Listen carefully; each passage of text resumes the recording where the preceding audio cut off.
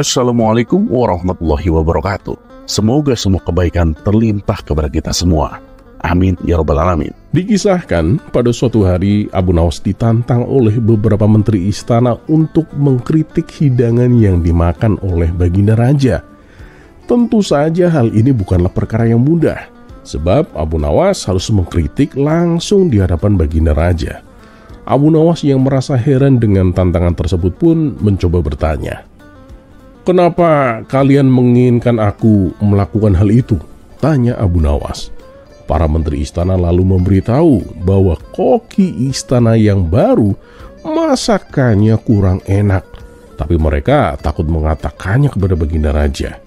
Mendengar alasan mereka, Abu Nawas pun kemudian berkata, "Baiklah, aku terima tantangan kalian.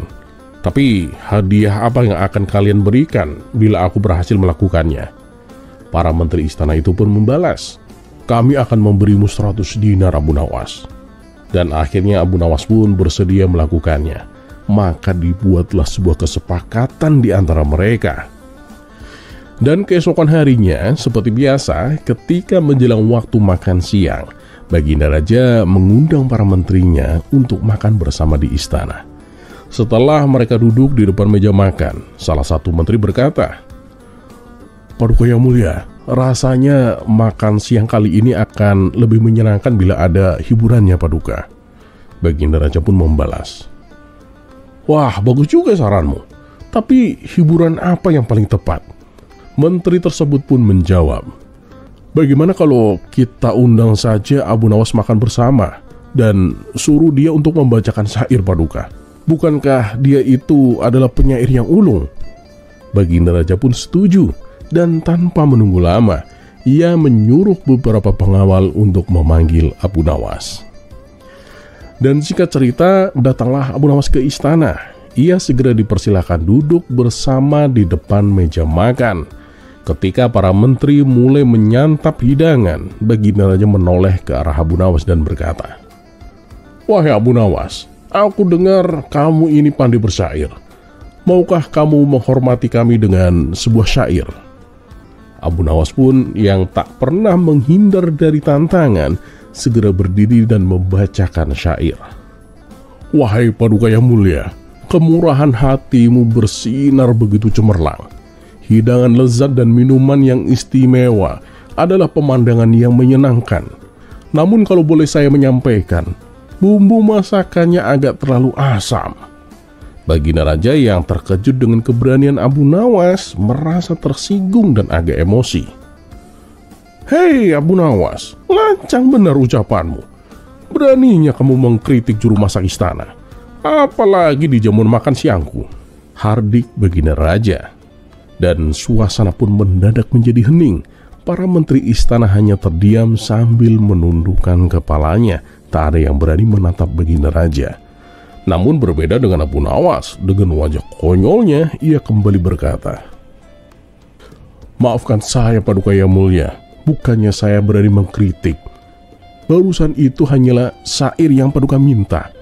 Tapi saya rasa itu juga sebuah kebenaran Paduka. Dan Paduka harus tahu, kebenaran itu bagaikan bumbu masak yang enak, akan menambah citra rasa hidup Paduka." Mendengar jawaban tersebut, seketika Baginda Raja pun tertawa dibuatnya. Perjamuan makan pun berlanjut dengan lebih meriah. Kemampuan Abu Nawas dalam mengubah situasi tegang menjadi penuh gelak tawa membuat para menteri istana merasa kagum. Berkat sindiran Abu Nawas lewat syair dadakannya, koki istana yang baru pun akhirnya diganti dengan koki lain yang masakannya lebih lezat dan nikmat. Para menteri istana kini bisa menikmati kembali hidangan makan siang dengan penuh selera. Dan sesuai kesepakatan awal, Abu Nawas pun mendapatkan hadiah 100 dinar dari para menteri istana.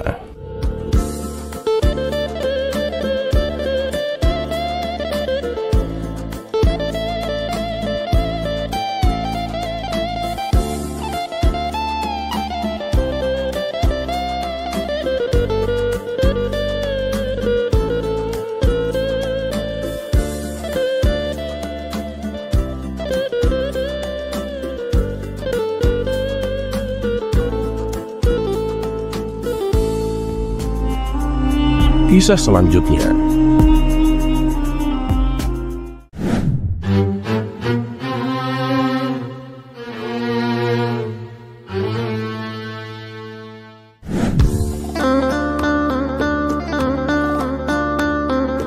Pada suatu hari, Abu Nawas pergi ke pasar dengan niat untuk menjual keledainya. Di pasar, ia bertemu dengan seorang lelaki yang tertarik untuk membeli keledainya. "Berapa harga keledaimu, Abu Nawas?" tanya si lelaki. "Ini 10 dinar, kawan," jawab Abu Nawas. "Baiklah, aku akan membelinya dengan harga 10 dinar," balas si lelaki. Dan setelah negosiasi selesai, mereka pun sepakat untuk bertransaksi. Lelaki tersebut memberikan 10 dinar lalu pergi dengan membawa keledainya. Setelah seminggu berlalu, lelaki itu kembali ke pasar dengan membawa keledai yang telah dibelinya dan mencari Abu Nawas. "Wahai Abu Nawas, aku ingin mengembalikan keledai ini dan aku minta uangku kembali," kata si lelaki. "Lah, kenapa? Apa yang salah dengan keledai itu?" tanya Abu Nawas. "Keledai ini lambat sekali dan makannya juga sangat boros.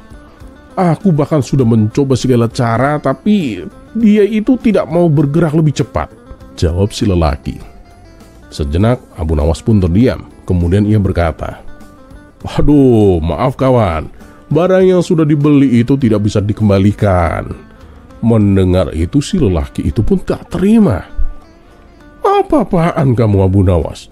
Kamu menjual keledaimu itu dengan cara menipu," bentak si lelaki. "Loh, menipu bagaimana? Bukankah sebelum kamu membelinya, kamu sudah mengeceknya terlebih dahulu?" balas Abu Nawas. "Ya, benar. Tapi kamu tidak mengatakan bahwa keledaimu ini jalannya sangat lambat dan makannya juga sangat boros," ujar si lelaki kesal. "Ya, keledai kan memang begitu. Tapi tenang kawan, aku punya ide," kata Abu Nawas. "Apa idemu?" tanya si lelaki. "Begini kawan, kalau kamu memang merasa 10 dinar itu terlalu mahal, baiklah, aku akan jual keledainya ini dengan harga 7 dinar saja kepadamu. Dan lagian uang yang 10 dinar kemarin tinggal 5 dinar kawan. Nah, jadi aku hanya mengembalikan 3 dinar kepadamu. Bagaimana?" Ya sudahlah, aku setuju. Mana 3 dinarku?" balas si lelaki. Dan setelah transaksi selesai, si lelaki itu pun pergi dengan membawa kembali keledainya. Sementara itu Abu Nawas pun tersenyum puas. Tiba-tiba salah seorang teman Abu Nawas yang melihat seluruh kejadian itu pun datang menghampirinya. "Kamu ini bodoh, Abu Nawas. Mana ada keledai harganya 7 dinar? Bukannya dapat untung kamu malah rugi. Padahal kan keledaimu itu sudah laku 10 dinar. Dan sekarang kamu malah menjualnya kembali dengan harga yang cuma 7 dinar, kata temannya. Dengan entengnya Abu Nawas pun membalas, "Kamu kalau misalkan tahu, dalam seminggu aku tuh menghabiskan 5 dinar untuk membeli makan untuk si keledai. Ya anggap saja dalam seminggu kemarin aku menitipkan keledai itu kepada si lelaki itu. Dan aku tidak perlu mengeluarkan uang 5 dinar untuk memberinya makan. Bahkan malah aku untung 2 dinar.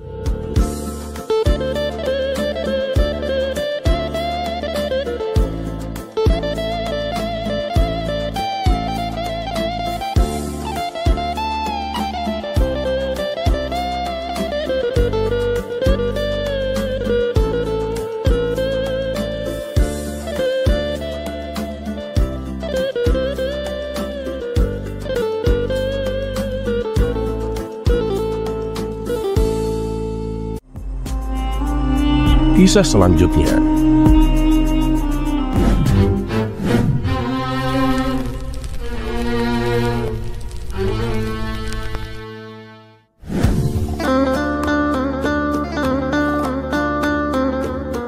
Abu Nawas yang bernama lengkap Abu Ali Al-Hasan bin Hani Al-Hakimi hidup di zaman Harun Ar-Rasyid, khalifah atau Raja Bani Abbasiyah di Baghdad, Irak. Ia merupakan tokoh sufi yang cerdik dan cerdas.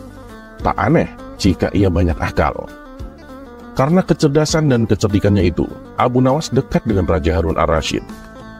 Tidak sedikit pikiran nyelenehnya selalu membuat kagum sang raja. Baginda Raja Harun ar-Rasyid lagi-lagi memberikan misi mustahil kepada Abu Nawas. Ia tak bosan-bosannya mengetes kecerdikan Abu Nawas. Raja Harun ar-Rasyid kembali mengajukan sesuatu yang tak wajar, yaitu pergi ke bulan untuk melakukan penyelidikan. Padahal pada zaman itu, jelas-jelas belum ada teknologi canggih dan mutakhir untuk menuju ke sana. Raja Harun ar-Rasyid kembali memerintahkan Abu Nawas untuk melakukan penyelidikan tersebut. Jadi sudah pasti jelas jika misi itu hanya untuk menguji Abu Nawas. Abu Nawas, aku perintahkan kamu pergi ke bulan untuk melakukan penyelidikan. Aku sangat penasaran, apakah di bulan itu ada manusia seperti kita atau ada apa di sana? Tutur baginda raja.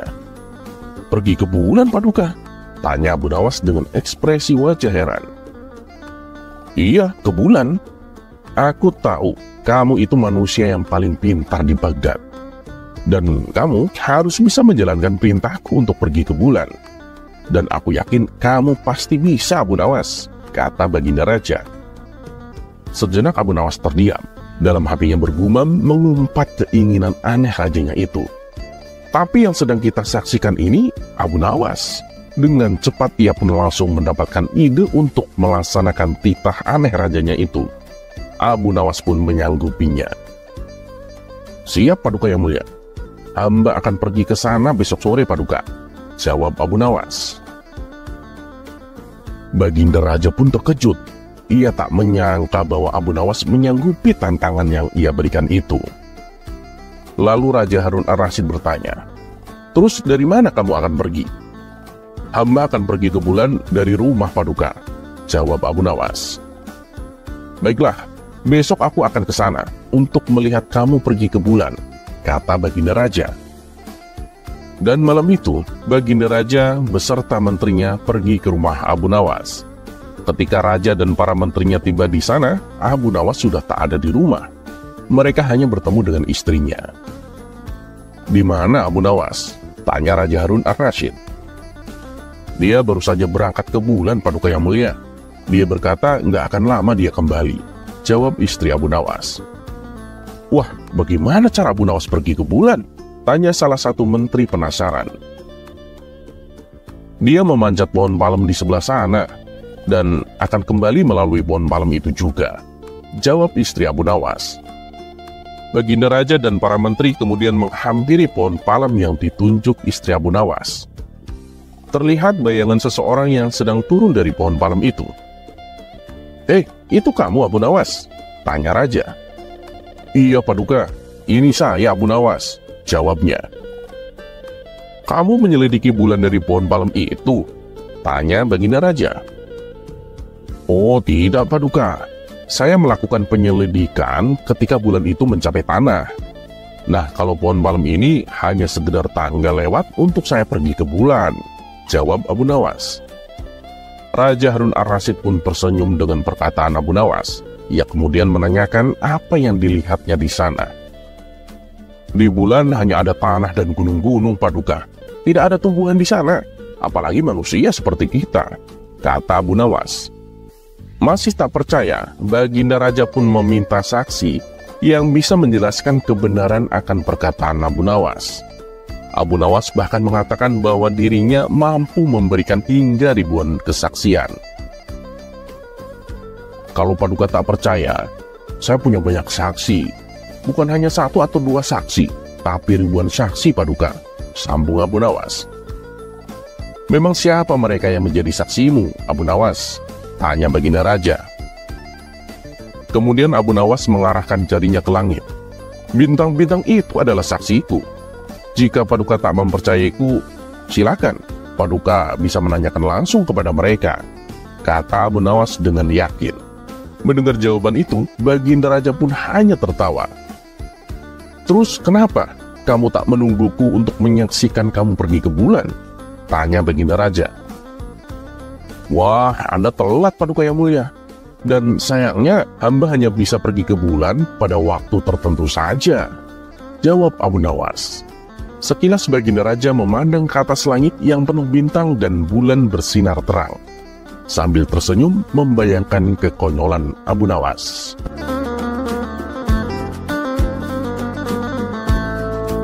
Terlepas apakah cerita ini adalah cerita fiksi atau kenyataan, karena hikmah adalah barang hilang seorang muslim.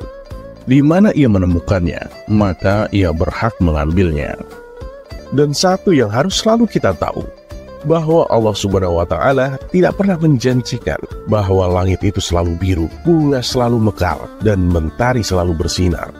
Tapi ketahuilah bahwa Dia selalu memberi pelangi di setiap badai, senyum di setiap air mata, berkah di setiap cobaan, dan jawaban di setiap doa.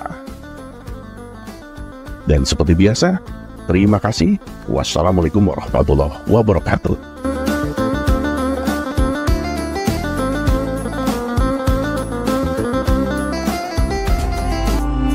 Kisah selanjutnya.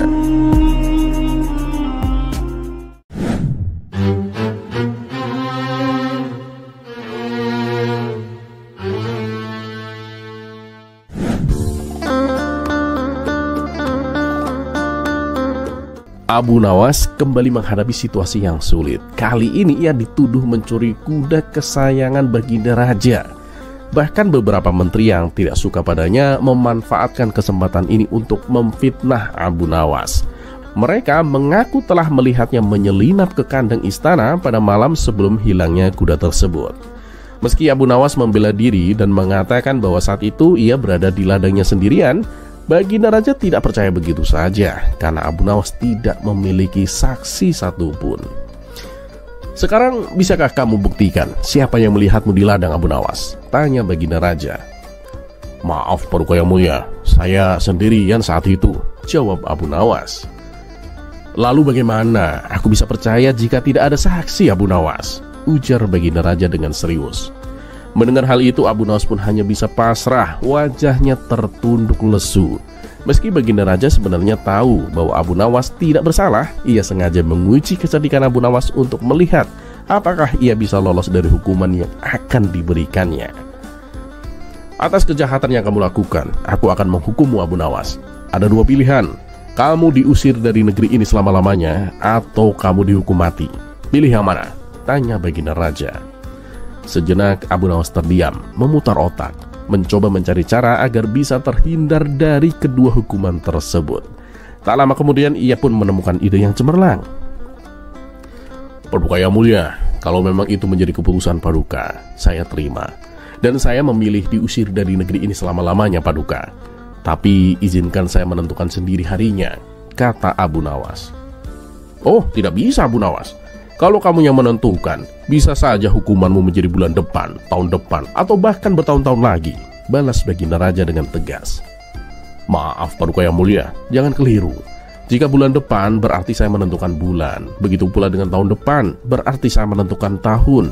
Yang saya katakan adalah menentukan hari, Paduka, jelas Abu Nawas. Baginda Raja pun berpikir, hari kan hanya ada 7. Paling lambat hukuman itu akan terjadi dalam seminggu. Akhirnya Baginda Raja pun mengabulkan permintaan Abu Nawas itu. Baiklah Abu Nawas, hari apa yang kau pilih?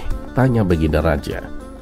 Saya akan menjawabnya besok, Paduka. Dan sebelumnya izinkan saya berpamitan dengan istri dan anak-anak saya dulu, Paduka, terang Abu Nawas. Keesokan harinya Abu Nawas pun kembali ke istana untuk menghadap Baginda Raja. Bagaimana Abu Nawas? Sudahkah kau menentukan harinya? Tanya Baginda Raja. Sudah Paduka Yang Mulia, jawab Abu Nawas. Bagus, hari apa kamu akan meninggalkan Baghdad untuk selama-lamanya? Tanya Baginda Raja lagi. Saya akan pergi sehari setelah saya meninggal, Paduka, jawab Abu Nawas dengan tenang. Mendengar jawaban itu, Baginda Raja pun langsung tertawa terbahak-bahak. Jadi aku harus mengusir jenazahmu, Abu Nawas? Ya benar Paduka Yang Mulia. Dan yang namanya diusir ya harus berjalan sendiri, jawab Abu Nawas dengan cerdik. Abu Nawas, mana ada jenazah bisa berjalan sendiri, kata Baginda Raja sambil terus tertawa. Berkat kecerdikannya, Abu Nawas sekali lagi berhasil lolos dari hukuman.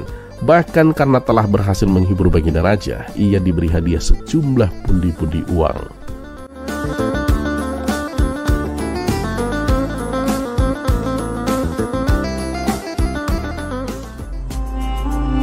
kisah selanjutnya.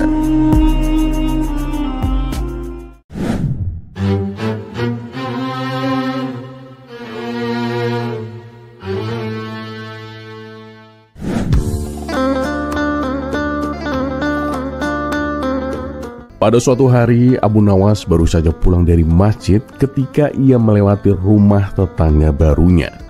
Rumah tersebut tampak biasa saja, kecuali satu hal yang menarik perhatian Abu Nawas. Di halaman rumah itu ada pohon apel yang buahnya berbuah lebat.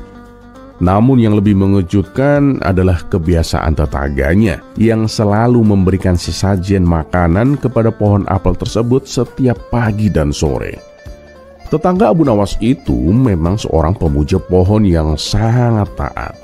Setiap kali ia melakukan ritual sesajennya, Abu Nawas melihatnya dengan rasa ingin tahu yang besar.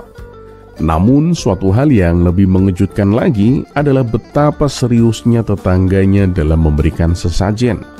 Abu Nawas mulai merasa sedikit cemas karena pohon apel itu tampak seperti menjadi pusat perhatian bagi tetangganya. Bukan hanya sebagai pohon biasa, tapi juga sebagai objek pemujaan. Pada suatu sore, saat Abu Nawas melintas di depan rumah tetangganya, ia merasakan sesuatu yang menggoda di dalam dirinya.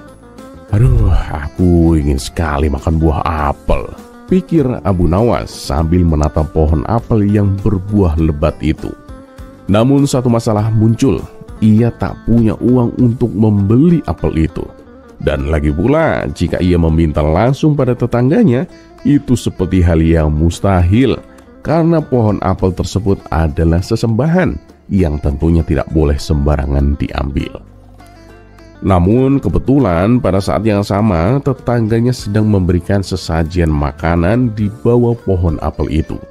Abu Nawas yang terkenal dengan kecerdikannya yang kadang konyol segera melihat kesempatan untuk melakukan sesuatu yang ia anggap cerdas. Dengan langkah yang ringan, Abu Nawas menghampiri tetangganya itu yang sedang sibuk menyiapkan sesajennya. Ia pun berkata dengan suara yang penuh percaya diri, "Wahai kawan, pohonmu ini benar-benar tampak sangat lemah. Aku yakin pohon ini pasti sangat lapar," ujar Abu Nawas sambil memandangi pohon apel tersebut dengan penuh simpati.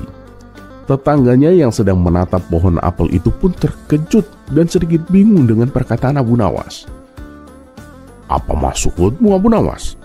Bagaimana mungkin pohon bisa merasakan lapar? Dari mana kamu tahu pohon ini lapar?" tanya tetangganya dengan heran sambil menatap Abu Nawas yang seolah-olah tahu segalanya tentang pohon itu. Abu Nawas pun tersenyum lebar, seolah-olah ia punya pengetahuan yang sangat dalam tentang pohon tersebut. Dengan santai ia menjawab, "Oh, tentu saja aku tahu, kawan. Bukankah selama ini sesajen yang kamu berikan tidak pernah dimakan oleh pohon ini? Dan lihatlah, ada buah-buah apel yang sudah matang, namun tetap tergantung di sana. Pohon ini pasti merasakan kelaparan karena tidak ada yang memetik buahnya." Tetangganya terdiam sejenak, tampak sedang berpikir cerdas, mencoba mencerna apa yang baru saja dikatakan oleh Abu Nawas. Tiba-tiba wajahnya berubah menjadi serius, seolah-olah baru saja menyadari sesuatu yang sangat penting. Tanpa pikir panjang, tetangganya itu langsung melangkah ke pohon apel, memetik beberapa buah apel yang sudah matang dan memberikannya kepada Abu Nawas. "Baiklah Abu Nawas, kalau memang pohon ini sangat lapar, aku akan memberikan buah apel ini kepadamu. Ambillah, semoga ini bisa mengatasi rasa laparnya," kata tetangganya sambil menyerahkan buah apel yang segar kepada Abu Nawas. Dengan wajah yang penuh kemenangan dan senyum lebar, Abu Nawas pun menerima buah apel itu. Ia langsung membawanya pulang sambil tertawa terpinggal-pinggal. "Pohon ini lapar," katanya. "Padahal yang lapar kan aku," pikirnya sambil menikmati keberhasilannya. Di sepanjang jalan, Abu Nawas terus tertawa geli, menyadari betapa mudahnya ia mendapatkan buah apel yang sebenarnya sangat ia inginkan. Dunia ini penuh dengan kebingungannya sendiri, pikir Abu Nawas sambil menggigit apel pertama dengan penuh kenikmatan. Terkadang kita hanya perlu bicara dengan penuh keyakinan, dan orang lain akan mengikuti saja.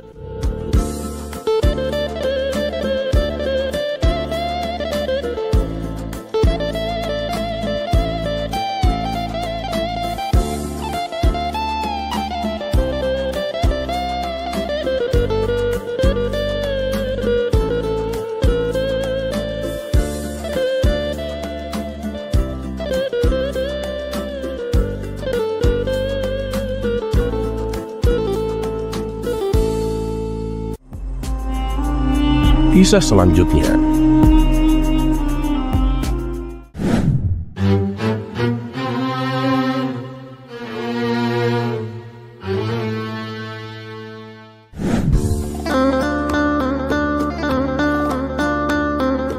suatu pagi yang cerah, Abu Nawas pergi mencari kayu bakar di hutan. Saat berjalan, ia melihat sesuatu yang panjang dan melingkar di tengah jalan. Apa itu ular? Pikirnya. Tapi setelah diperhatikan, ternyata hanya seutas tali sepanjang 10 meter. Lumayan bisa dimanfaatkan, kata Abu Nawas sambil mengambil tali tersebut. Dan ternyata benar, tali itu langsung berguna karena ia bisa mengikat kayu yang berhasil ia kumpulkan. Tali ini membawa keberuntungan, untung saja aku yang menemukannya, gumam Abu Nawas dengan senang. Dan keesokan harinya, Abu Nawas kembali pergi ke hutan dengan tali ajaibnya. Dalam perjalanan, ia melewati pemukiman warga yang tampak panik berkerumun di sekitaran sumur. "Ada apa ini?" tanya Abu Nawas. Salah satu warga menjelaskan, "Ada orang terjebur ke dalam sumur, Tuan, dan kami bingung bagaimana cara menolongnya." "Oh, serahkan saja padaku," balas Abu Nawas sambil mengeluarkan tali ajaibnya. Ia mengulurkan talinya ke dalam sumur dan berteriak, "Hei kawan, raih tali ini dan ikatkan ke tubuhmu." Setelah orang di dalam sumur mengikat tali itu, Abu Nawas dan warga menariknya hingga ia berhasil selamat tanpa terluka sedikit pun. "Tidak kusangka, tali ini bukan cuma membawa keberuntungan, tapi juga keajaiban," gumam Abu Nawas dengan kagum. Dan beberapa hari kemudian, Abu Jahil sedang naik ke sebuah pohon tinggi untuk mencari buah. Tapi saat ingin turun, ia bingung. Ia sudah mencoba berbagai cara, tetapi selalu merasa akan jatuh. Akhirnya, karena panik, Abu Jahil pun mulai berteriak minta tolong kepada orang-orang yang ada di bawah. Kebetulan Abu Nawas sedang lewat, dan dengan percaya diri ia berkata, "Tenang Abu Jahil, aku akan menolongmu dengan tali ajaibku." Abu Nawas pun melemparkan talinya ke arah Abu Jahil dan berkata, "Ikat tali ini ke tubuhmu Abu Jahil, aku akan menarikmu turun." Abu Jahil yang sudah putus asa langsung mengikuti instruksi Abu Nawas. Dengan hati berdebar ia bertanya, "Kamu yakin cara ini berhasil?"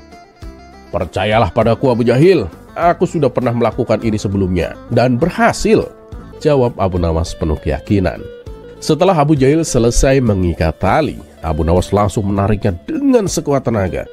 Tapi alih-alih turun dengan selamat, Abu Jahil justru terjun bebas dari pohon dan jatuh ke tanah dengan bunyi duk. Semua orang yang melihat kejadian itu terperanjat dan berteriak, "Abu Nawas, lihat apa yang kau lakukan. Abu Jahil jadi terluka." Dengan polosnya Abu Nawas pun menjawab, "Loh, aku pernah menolong orang dengan cara yang sama dan dia selamat tanpa terluka sedikit pun." Mendengar hal itu mereka bertanya, "Di pohon mana kamu menolong orang tersebut?" Abu Nawas pun menjawab sambil tersenyum, "Oh, bukan di pohon, tapi ketika orang itu tercebur dalam sumur." Mendengar penjelasan Abu Nawas yang polos namun konyol, semua orang hanya bisa menepuk jidat sambil tertawa geli.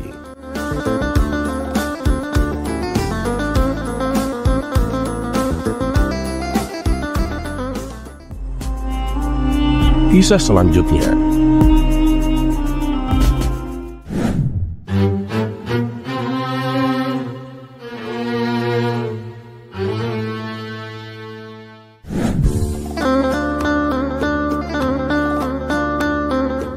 Alkisah, pada suatu hari Abu Jahil sedang sibuk membawa barang belanjaan yang baru dibelinya dari pasar. Karena belanjaannya lumayan banyak, di tengah jalan ia memutuskan untuk beristirahat sejenak. Ketika ia duduk melepaskan lelah, ia melihat sebuah sumur tua dan mendekatinya. Saat menengok ke dalam sumur, ia melihat air yang begitu bening dan bersih. "Kebetulan nih, aku haus sekali. Tapi bagaimana ya cara mengambilnya?" pikir Abu Jahil. Ia pun melihat ke sekeliling sumur dan menemukan sebuah ember. "Nah, itu dia, ada ember. Aku bisa memanfaatkannya," ucap Abu Jahil. Namun nasib sial menimpanya. Ketika mencoba mengambil air dari sumur, ia terpeleset dan jatuh ke dalam sumur. Dengan penuh kepanikan ia berteriak minta tolong. Abu Nawas yang kebetulan melintas di tempat itu mendengar teriakan Abu Jahil dan segera mendatangi sumur tersebut. Abu Jahil, ngapain kamu di bawah situ?" tanya Abu Nawas. "Tolongin aku Abu Nawas, bantu aku keluar dari sumur ini," teriak Abu Jahil. Mendengar hal itu Abu Nawas berpikir, sumurnya kan dangkal, dalamnya hanya 2 meter. Masa iya dia nggak bisa naik sendiri? Namun ia memutuskan untuk mengerjai Abu Jahil. "Apa kau bilang? Aku tak bisa mendengarmu Abu Jahil," kata Abu Nawas berpura-pura tidak mendengar. "Tolongin aku keluar dari sumur Abu Nawas," teriak Abu Jahil kembali. "Apa? Aku masih tak bisa mendengarmu Abu Jahil. Coba kamu naik sampai ke atas bibir sumur agar aku bisa mendengarmu," balas Abu Nawas. Abu Jahil pun menuruti perkataannya. Dengan sekuat tenaga ia memanjat dinding sumur sampai akhirnya berhasil mencapai bibir sumur. "Coba katakan sekali lagi apa yang tadi kamu teriakkan Abu Jahil," ucap Abu Nawas. "Tolong bantu aku keluar dari sumur ini," kata Abu Jahil dengan penuh harap. "Oh, bilang dong dari tadi." "Ya dah, sekarang balik ke tempatmu semula," balas Abu Nawas dengan santai. Karena panik, Abu Jahil tanpa berpikir panjang menuruti perkataan Abu Nawas dan kembali turun ke dalam sumur. "Ayo Abu Nawas, tolongin aku," teriak Abu Jahil lagi. "Loh, kenapa aku harus menolongmu? Bukankah tadi kamu bisa naik sendiri? Dan kenapa juga kamu turun lagi? Harusnya kan kamu tadi tinggal naik ke permukaan Abu Jahil," kata Abu Nawas dengan tertawa kecil. "Aduh, bodoh benar diriku ini. Kenapa juga gak kepikiran olehku? Dasar Abu Nawas, kurang ajar. Lagi susah begini malah dikerjain," batin Abu Jahil. Untuk kedua kalinya, Abu Jahil pun memanjat dinding sumur dan akhirnya berhasil sampai ke permukaan. Kisah selanjutnya.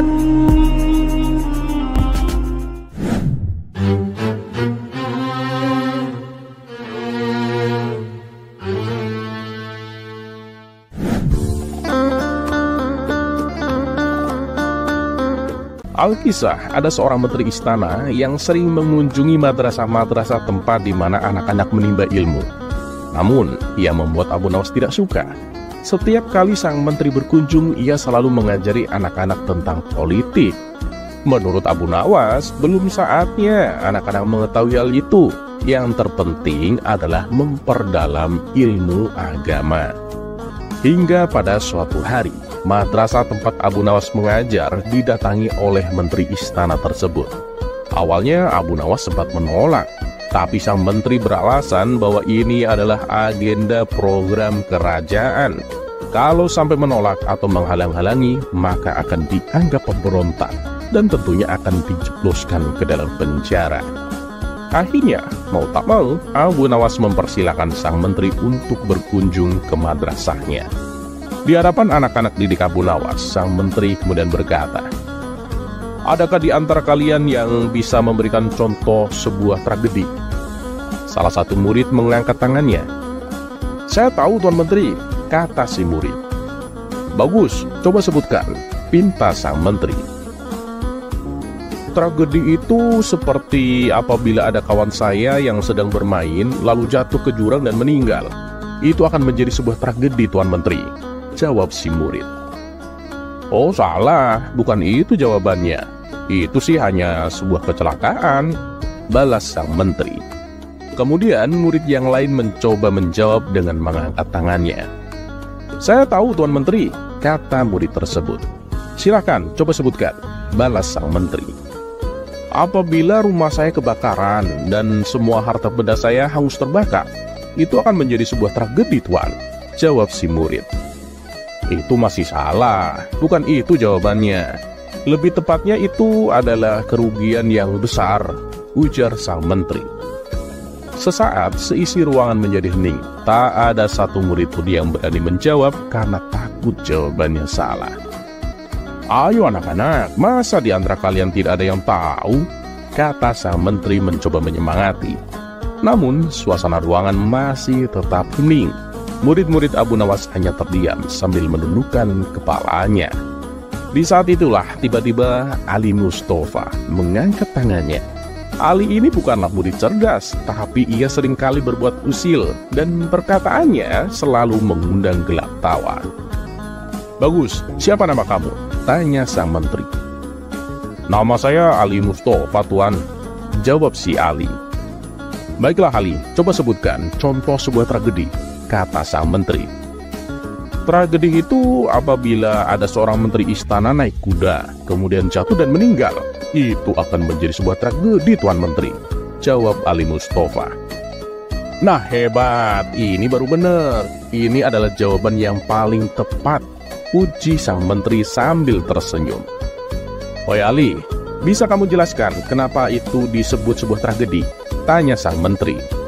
Dengan polosnya, Ali Mustafa menjawab, "Karena itu bukanlah kecelakaan dan sudah pasti bukan kerugian yang besar, Tuan." Mendengar itu, spontan Abu Nawas tertawa terbahak-bahak. Adapun sang menteri langsung bergegas pergi dengan penuh perasaan dongkol. Kisah selanjutnya.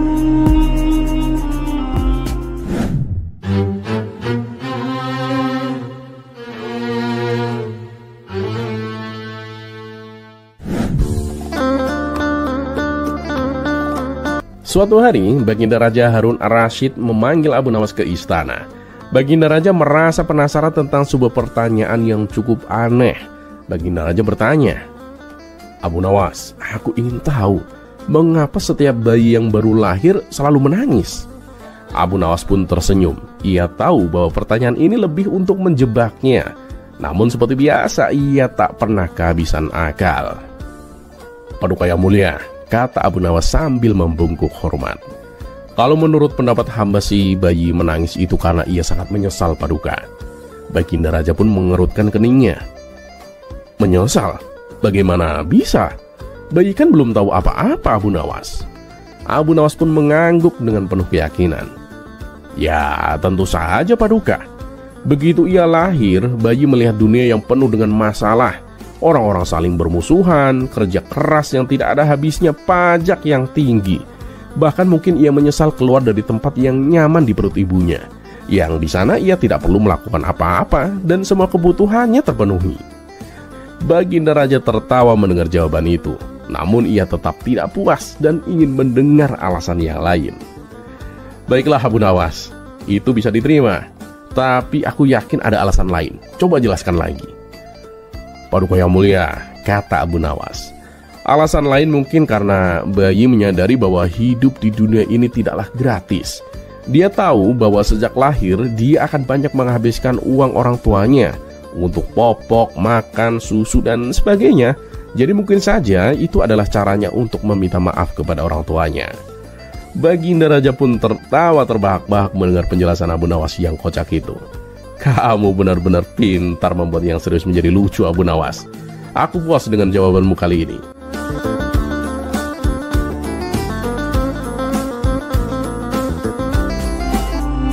Kisah selanjutnya.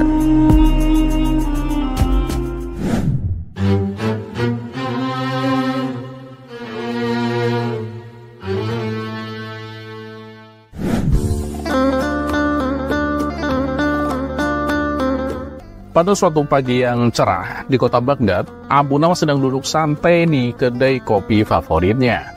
Ia menikmati secangkir kopi hangat sambil mengamati orang-orang yang berlalu lalang. Tiba-tiba ia melihat sekelompok orang yang berkumpul dan tampak berdebat dengan serius. Rasa penasarannya pun muncul dan Abu Nawas mendekati kerumunan itu. Di tengah kerumunan, seorang pria berjenggot tebal sedang berbicara dengan lantang.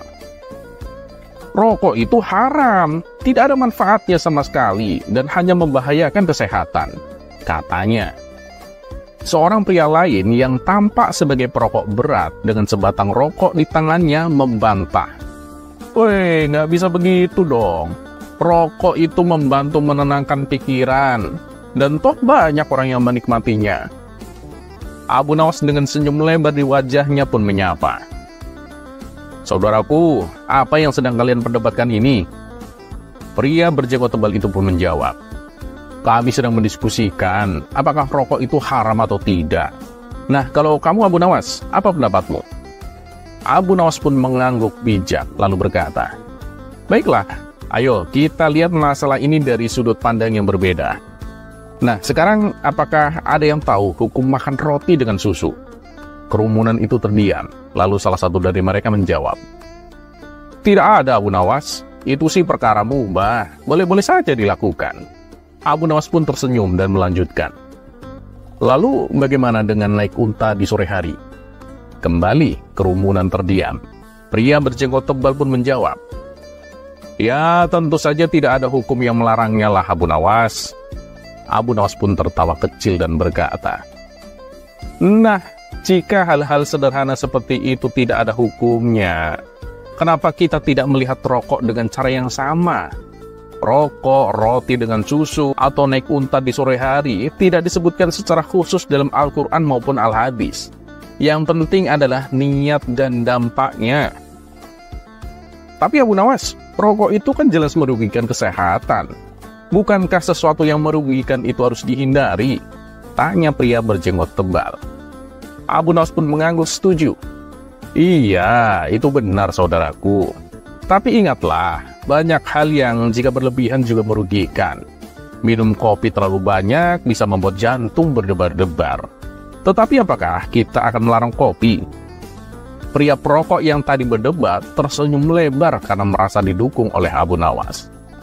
Tuh, lihat, Abu Nawas saja setuju denganku. Tapi Abu Nawas mengangkat tangannya, meminta semua orang untuk mendengarkan. Tunggu dulu, aku belum selesai. Sebaliknya, kita juga harus bijak. Jika kita tahu sesuatu yang tidak baik untuk kita, maka kita harus menguranginya. Jadi, rokok itu tidak haram, tapi juga tidak bijak untuk dikonsumsi secara berlebihan. Semua orang terdiam, merenungkan kata-kata Abu Nawas.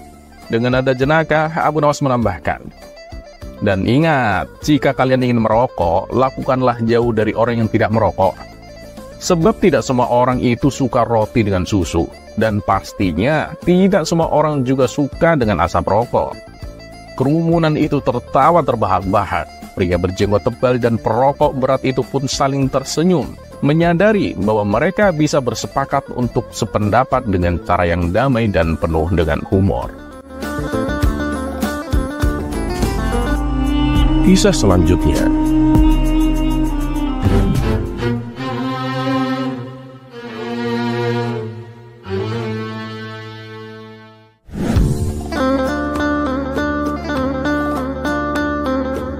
Usaha Baginda Raja untuk mengerjai Abu Nawas seakan tidak ada habisnya. Walaupun berkali-kali Baginda Raja yang kalah dan menanggung malu, tapi hal itu tak menjadikannya kapok berurusan dengan Abu Nawas. Baginya, semua tantangan yang diberikan kepada Abu Nawas hanyalah lelucon hiburan untuk menghibur dirinya, yang seharian penat dengan urusan kerajaan. Dan pada cerita kali ini, Baginda Raja memerintahkan kepada Abu Nawas untuk membawakan karpet ajaib, yaitu sebuah karpet yang bisa terbang. Kisah ini berawal ketika Baginda Raja membaca sebuah buku yang berisi dongeng seorang pemuda bernama Aladin, di mana Aladin ini mempunyai karpet ajaib yang selalu bisa membawanya terbang kemanapun ia pergi. Karena merasa tertarik dengan dongeng tersebut, Baginda Raja menyuruh Abu Nawas untuk membawakan karpet yang sama persis seperti milik Aladin. Mendengar itu, Abu Nawas pun tak habis pikir. Hanya gara-gara sebuah buku dongeng, Baginda Raja tega memberinya tugas yang sangat tidak masuk akal. Ampun Paduka yang mulia, tapi itu kan hanya sebuah dongeng Paduka. Jadi karpet yang dimiliki Aladin itu mustahil ada di kehidupan nyata Paduka, ujar Abu Nawas. Nah makanya, tugasmu adalah membuatnya menjadi nyata. Kalau kamu berhasil, aku akan memberimu hadiah yang banyak. Tapi awas, kalau sampai gagal, kamu akan aku hukum, ancam Baginda Raja. Mau tidak mau, Abu Nawas pun harus melaksanakan perintah konyol rajanya tersebut. Kamu gak usah khawatir Abu Nawas, aku tidak akan memberimu tugas baru setelah kamu menyelesaikan tugas ini. kata Baginda Raja. Dengan langkah gontai, Abu Nawas pergi meninggalkan istana. Di sepanjang perjalanan pulang, ia terus memikirkan bagaimana caranya supaya bisa lolos dari hukuman. Dan setibanya di rumah, sang istri memberi kabar bahwa tetangganya mengalami kecelakaan. Ia terjatuh dari pohon yang lumayan tinggi ketika mencari kayu bakar di hutan. Akibatnya salah satu kakinya patah dan terluka parah dan harus dipotong. Kenapa nggak disembuhin aja? Kasianlah kalau harus dipotong, tanya Abu Nawas. Iya sih, tapi sayangnya udah nggak bisa disembuhin. Kalaupun nggak dipotong, kakinya juga sudah tidak berfungsi, jelas sang istri. Mendengar jawaban tersebut, terbesit sebuah ide di benak Abu Nawas akan sebuah jalan keluar untuk menyelesaikan tugas dari Baginda Raja. Dan hari yang ditentukan pun telah tiba. Abu Nawas segera berangkat menuju istana.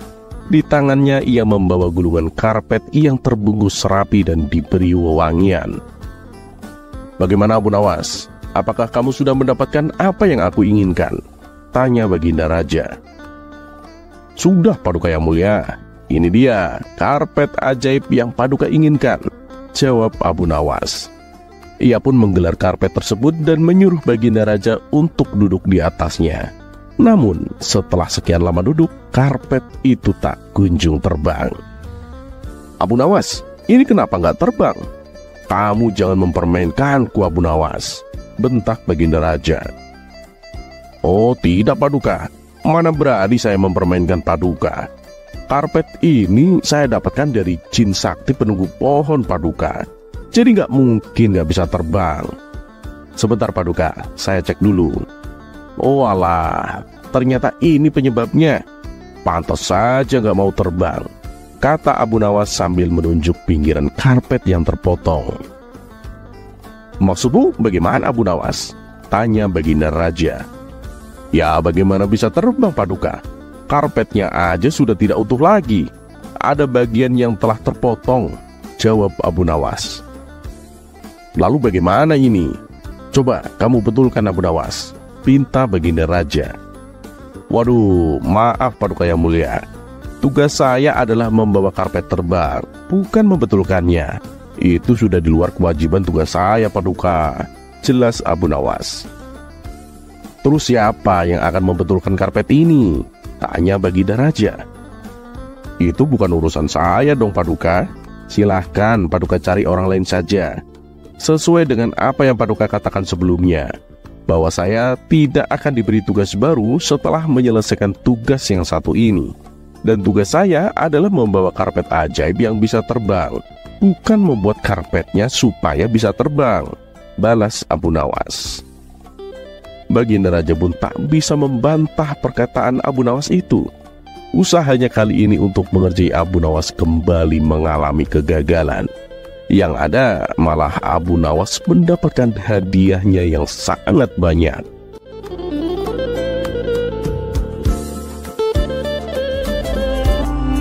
Kisah selanjutnya.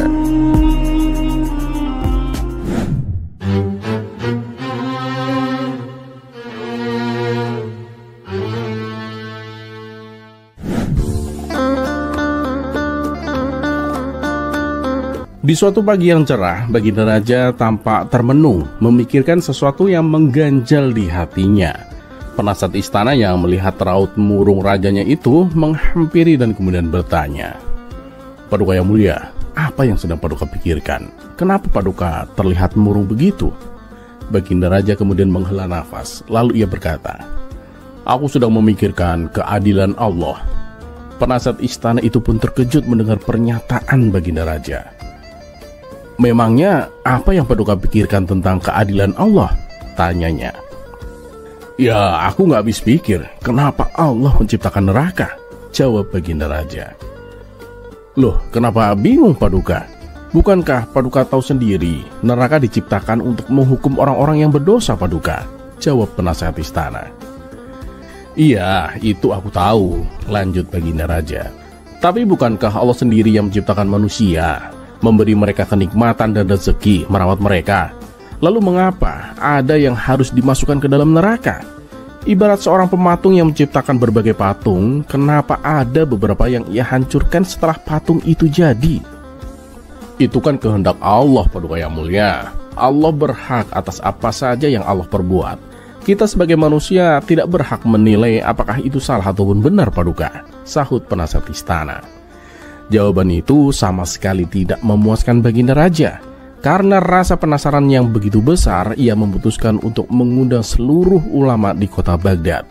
Namun ketika pertanyaan yang sama diajukan kepada mereka, tak satu pun jawaban yang memuaskan Baginda Raja. Di saat kebingungan itu, datanglah Abu Nawas ke istana. Pada saat itu, Abu Nawas hendak menyampaikan keluhan warga tentang kenaikan pajak yang sangat memberatkan. "Wahai Abu Nawas," kata Baginda Raja, "aku akan menurunkan pajak untuk rakyat, tapi ada syaratnya. Kamu harus memberikan jawaban yang memuaskan atas pertanyaanku ini. Bagaimana?" "Baik, Paduka yang mulia." "Apa pertanyaan Paduka?" jawab Abu Nawas. "Aku masih bingung, kenapa Allah menciptakan neraka? Kalau jawabanmu untuk menghukum manusia yang berdosa, kenapa pula Allah menciptakan manusia berdosa? Bukankah manusia adalah makhluk sempurna ciptaan Allah? Lalu setelah diberi rizki dan kenikmatan, mengapa sebagian akhirnya dimasukkan ke neraka?" Abu Nawas pun terdiam sejenak. Tak lama kemudian ia tersenyum dan berkata, "Wahai Paduka, untuk menjawab pertanyaan ini, Paduka harus bersedia dulu menjadi seorang petani." Baginda Raja pun sedikit terkejut, tapi ia setuju. "Baik, aku siap menjadi petani, Abu Nawas. Asalkan jawabanmu memuaskanku. Tapi ingat, kalau kamu hanya ingin mengerjaiku, aku tak segan-segan menjatuhkan hukuman mati kepadamu, Abu Nawas," ancam Baginda Raja. "Jangan khawatir, Paduka yang mulia. Mana berani hamba berbuat demikian," jawab Abu Nawas. Maka Baginda Raja pun memulai bercocok tanam. Setiap hari ia merawat dan menyirami tanamannya agar cepat tumbuh besar. Setelah beberapa waktu, tibalah saatnya untuk memanen. "Apa yang harus kulakukan selanjutnya, Abu Nawas? Tanaman-tanamanku sudah waktunya dipanen," tanya Baginda Raja. "Silahkan Paduka, panenlah dan kumpulkan hasilnya di gudang," jawab Abu Nawas. Setelah Baginda Raja memanen hasil tanamannya dan mengumpulkannya, ia kembali bertanya, "Lalu apa lagi yang harus aku lakukan, Abu Nawas?" Abu Nawas pun balik bertanya, "Apakah Paduka yakin bahwa semua tanaman yang dikelola Paduka dipanen semuanya?" "Ya, tidak semuanya, Abu Nawas. Hanya hasil panen yang bagus saja yang aku kumpulkan. Kalau yang jelek ya aku tinggalkan," jawab Baginda Raja. Nah, begitu pula dengan Allah, Paduka. Allah hanya mengumpulkan manusia-manusia yang baik. Yang tidak baik Allah buang ke dalam neraka, karena neraka diciptakan untuk manusia yang tidak ada kebaikannya. Memang pada awalnya Allah menciptakan manusia dengan sempurna, memberikan rizki. Namun ada yang memilih berbuat jahat, maka Allah tempatkan mereka di neraka. Sebagaimana Paduka hanya mengambil hasil panen yang bagus dan membuang yang jelek, jelas Abu Nawas. Baginda Raja pun tersenyum puas mendengar penjelasan Abu Nawas. Aku mengerti sekarang, Abu Nawas," katanya. Abu Nawas yang melihat kesempatan untuk menyampaikan keluhan rakyat, ia pun bertanya, "Wahai Paduka, selama Paduka bercocok tanam, apakah Paduka merasakan lelah?" "Ya tentulah, Abu Nawas. Hampir seluruh tubuhku pegal. Dan setiap hari aku bersusah payah merawat tanaman-tanamanku," jawab Baginda Raja. "Nah, begitulah yang dirasakan oleh rakyat, Paduka. Tetapi Paduka dengan tega menaikkan beban pajak mereka," kata Abu Nawas dengan nada yang bijaksana. Baginda Raja pun termenung sejenak, lalu ia berkata, "Baiklah, mulai sekarang pajak tidak akan aku naikkan, Abu Nawas."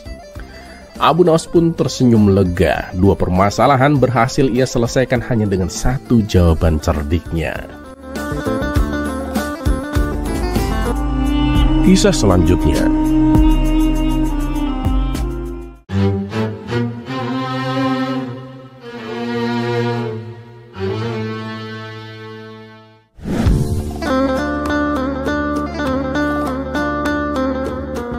Akhir-akhir ini kita dihebohkan dengan permasalahan yang belum berujung, yaitu masalah etika.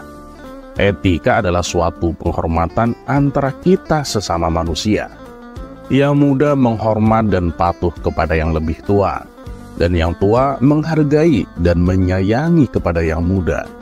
Seandainya itu dijalankan, alangkah indahnya kita hidup dalam bermasyarakat. Dan tentang etika ini bukan hanya ada di zaman-zaman sekarang saja. Bahkan di zaman Abu Nawas tentang masalah etika juga menjadi pembahasan yang menarik antar ulama pada masa itu. Di kisah kali ini, kita akan diceritakan tentang kocaknya Abu Nawas ketika mendapat teguran tentang etika dari seorang ulama. Berikut kisah lengkapnya. Dikisahkan ada seorang ulama sufi yang terkenal akan sifat bijaknya. Setiap kali ia memutuskan suatu masalah, selalu dipikirnya matang-matang. Bahkan untuk bicara pun, ia senantiasa berhati-hati. Jangan sampai ada kata-kata yang membuat sakit hati lawan bicaranya. Dan ternyata sang sufi ini kurang setuju dengan cara berpikir Abu Nawas ketika menyelesaikan permasalahan. Ia menganggap apa yang dilakukan Abu Nawas meskipun tujuannya baik, tapi ada saja pihak yang tersakiti hatinya. Dan ini sangat berlawanan dengan cara berpikir sang sufi.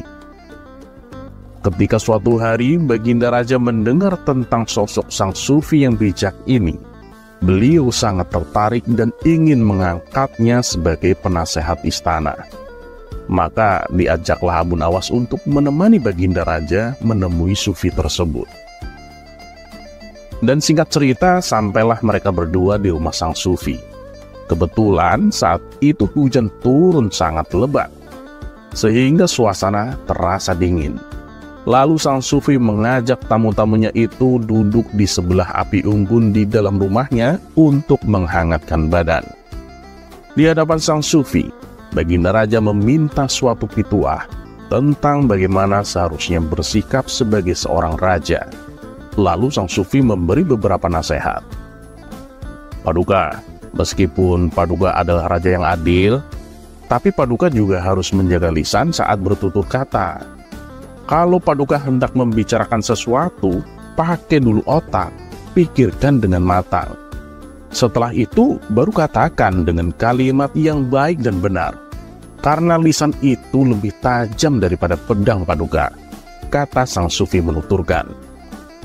Mendengar itu, Baginda Raja sangat terkesan dengan pribadi sang sufi yang selalu berhati-hati di setiap tindak tanduknya.